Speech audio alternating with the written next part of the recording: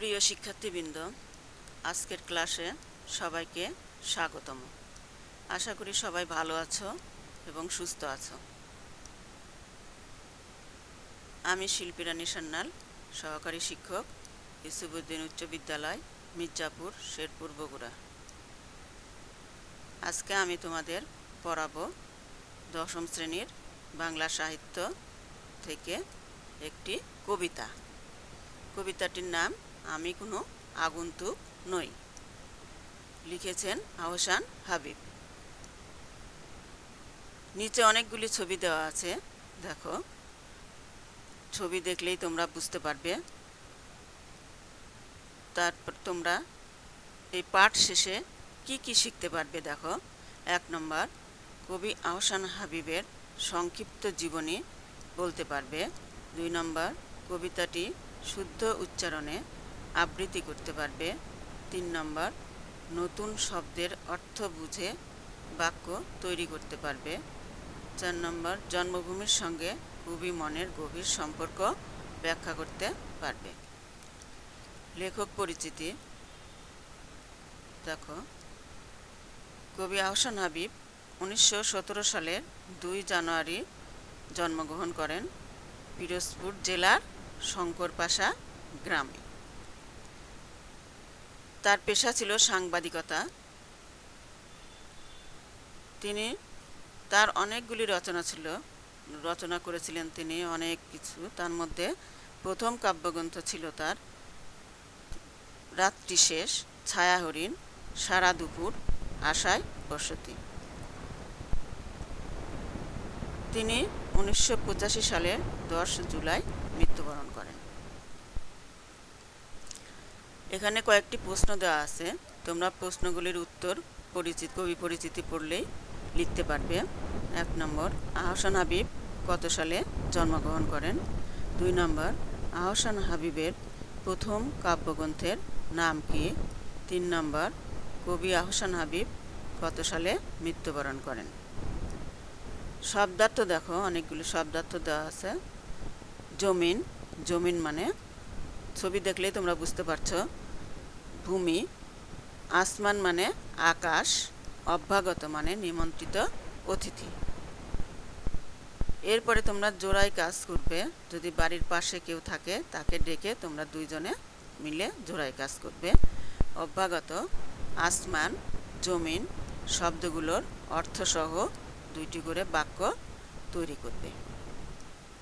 তারপরে দেখো, কবিতাটির সঙ্গে সুন্দর করে ছবি দেওয়া আছে। ছবি দেখলে তোমরা কবিতার লাইনগুলির অর্থ বুঝতে পারবে। আসমানের তারা সাক্ষী, সাক্ষী এই জমিনের ফুল, এই নিশিরাইত বাঁশবাগান, বিস্তর জোনাকি সাক্ষী, সাক্ষী এই জারল জামরুল, সাক্ষী পুবের পুকুর, তার ঝাঁকড়া ডুমুরের ডালে স্থির দৃষ্টি, মাছরাঙা আমাকে চেনে। তারপরে দেখো আবার ছবি দেওয়া আছে। ছবি দেখলে কবিতাটির লাইনগুলো তোমরা বুঝতে পারবে সুন্দর করে।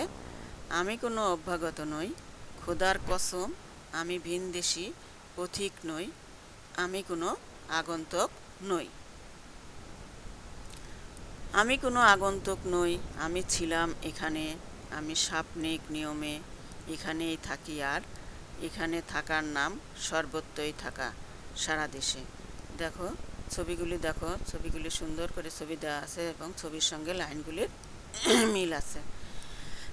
আমি কোনো আগন্তুক নই, এই খড় রৌদ্র জলজ বাতাস মেঘ ক্লান্ত বিকেলের, পাখিরা আমাকে চেনে, তারা জানে আমি কোনো আগন্তুক নই। জন্মভূমির সঙ্গে আসলে মানুষের আজীবনের সম্পর্ক।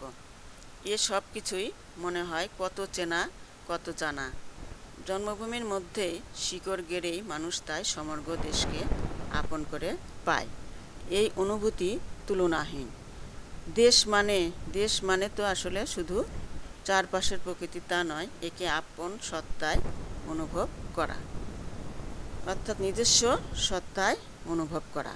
আর দেশকে অনুভব করলে মানুষকেও আপন মনে হবে আমাদের।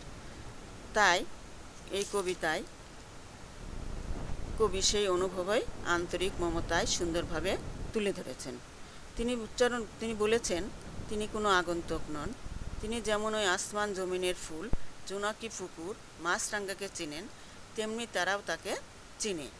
পাখি কার্তিকের ধান কিংবা শুধু শিশির নয়, তিনি এই জনপদের মানুষকেও ভালোভাবে চেনেন। তিনি কদম আলী জমিলার মার মতো মানুষের চিরচেনা স্বজন।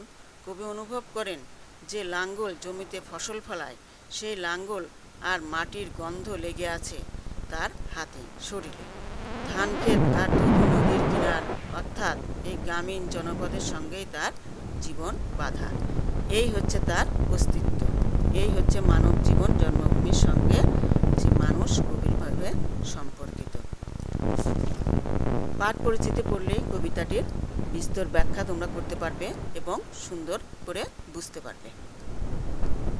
তারপরে দলগত কাজ, এটা তোমরা এখন পারবে না, শুধু দেখে রাখবে। কবিতার আলোকে জন্মভূমির সঙ্গে কবি মনের সম্পর্ক ব্যাখ্যা করো। এটা স্কুল খুললে তারপরে তোমরা করতে পারবে। তারপরে দেখো অনেকগুলি প্রশ্ন দেওয়া আছে কিছু। আমি কোনো আগন্তুক নই কবিতায় কোন পাখির নাম উল্লেখ রয়েছে? 2 নম্বর, আমি কোনো অভ্যাগত নই উক্তিটি ব্যাখ্যা করো। জন্ম আমার ধন্য হলো মাগো, এমন করে আকুল হয়ে আমায় তুমি ডাকো। মরিতে চাহি না আমি সুন্দর ভুবনে, মানবের মাঝে আমি বাঁচিবারে চাই। এই সূর্য করে এই পুষ্পিত কাননে, জীবন্ত হৃদয় মাঝে যদি স্থান পাই। 3 নম্বর, উদ্দীপকের 1 নং কবিতা অংশটি আমি কোনো আগন্তুক নই কবিতার কোন দিকটি ইঙ্গিত করে? 4 নম্বর, উদ্দীপকের 2 নং কবিতা অংশ ও আমি কোনো আগন্তুক নই কবিতার সাথে কোন দিকটি সাদৃশ্যপূর্ণ? তারপরে তোমরা বাড়িতে বসে খাতায় লিখবে, বা এই কাজটি দিলাম, জন্মভূমির সাথে মানুষের সম্পর্ক কেমন হওয়া উচিত বলে তুমি মনে করো। এটা 10টি বাক্য তোমরা লিখবে। ধন্যবাদ সবাইকে, সবাই ভালো থেকো, সুস্থ থেকো।